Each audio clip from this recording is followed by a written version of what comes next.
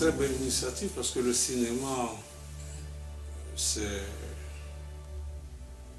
une combinaison de beaucoup de facteurs, mais aussi une combinaison de beaucoup de compétences, parmi lesquelles, bien sûr, il y a les comédiens. Et les comédiens, c'est eux qui incarnent les rôles, qui représentent, qui matérialisent à l'écran nos désirs, nos pulsions, nos besoins, nos émotions. Parce que la plus grande fonction du cinéma, qui fait qu'on aime ou pas un film, le plus grand moment du cinéma découle du jeu d'acteur et de l'émotion que ceci dégage. Parce que l'émotion, elle est universelle. Le grand sentiment humain, c'est la haine, la violence, la joie, la brutalité, la tristesse, l'amour. Ils sont des sentiments tellement universels qu'ils sont plus forts que la forme. La forme, ça c'est la culture.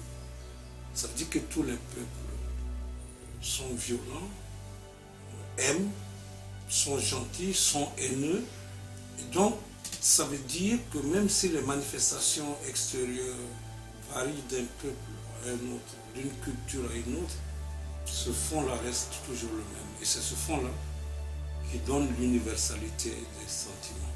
Et donc, faire de telle sorte que en Afrique aussi, on ait des comédiens qui ont des performances, qui sont à récompenser, je pense que ça peut aider à créer un tissu d'actorat extrêmement important. L'Afrique qui a été brutalisée, colonisée, où on lui a enlevé, où il y a eu le déni de sa propre culture, et parce qu'il n'y avait qu'une seule civilisation, la civilisation et la culture du colonisateur. Chaque Africain qui a une performance extraordinaire, comme Abdraman Sissako qui vient d'avoir 7 Césars en France, c'est chaque acteur, chaque comédien qui a cette performance, ou chaque créateur africain, et ça se voit chez les musiciens aussi, et les joueurs aussi, les footballeurs, il y a une sorte de fierté transversale. On s'en fout de savoir s'il est béninois, burkinabé ou ivoirien, on veut juste s'identifier à ces héros-là parce qu'ils redonnent à l'Afrique toute la valeur culturelle qu'ils avaient et que la colonisation a essayé de détruire. Donc il y a un sentiment de fierté et c'est pourquoi une des faiblesses des cinémas africains aujourd'hui, c'est le jeu des acteurs, c'est la comédie.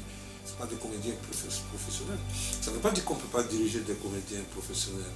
Ça veut dire tout simplement que des hommes et des femmes qui en Europe ont baigné dans l'image depuis leur enfance ont plus de facilité de faire ce métier-là que des gens ici qui ont été loin de l'image jusqu'à leur âge adulte, quoi. Et c'est pourquoi les Sotigui, et le nom est bien choisi parce que Sotigui Kouyaté, quand même, il a beaucoup performé avec Peter Brook. Moi, j'ai été le voir à Paris sur scène plusieurs fois. Il n'est pas seul. Il y a des gens comme Bakary Sangaré, Adama Ouedraogo, mais Sotigui a réussi à incarner son époque et c'est un self-made man.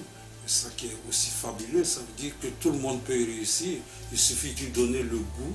Et je pense que ces prix-là, les Sotigui, vont faire qu'il y ait de l'émulation parmi les acteurs et les comédiens, et que si cette question de représentation à l'écran de nos comédiens, des idées que nous avons est parfaitement maîtrisée, ça veut dire que les cinémas africains vont faire un bond gigantesque dans le domaine artistique de la qualité,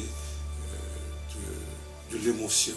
Et c'est pourquoi moi j'encourage, en tout cas personnellement, et je ferai tout ce que je pourrais pour vous aider, parce que je pense qu'il manque ça. C'est un des pans qui manque dans notre cinéma, avoir des comédiens professionnels, et peut-être qu'ils pourront vivre de ça, parce qu'aujourd'hui, avec l'apparition des télévisions numériques terrestres, il y aura beaucoup d'images qui vont être faites, et plus il y aura des acteurs bons qui ont envie d'aller plus loin, parce que récompensés, parce que se sentant respectés. Et je pense que alors il y aura autant d'acteurs auxquels les populations vont s'identifier, et il y aura d'images de plus en plus compétitives, parce qu'on n'y prend pas garde, mais plus on consomme des autres, plus ça va être compliqué, parce que c'est l'aliénation à long terme pour nos enfants, c'est le manque de repères, d'identité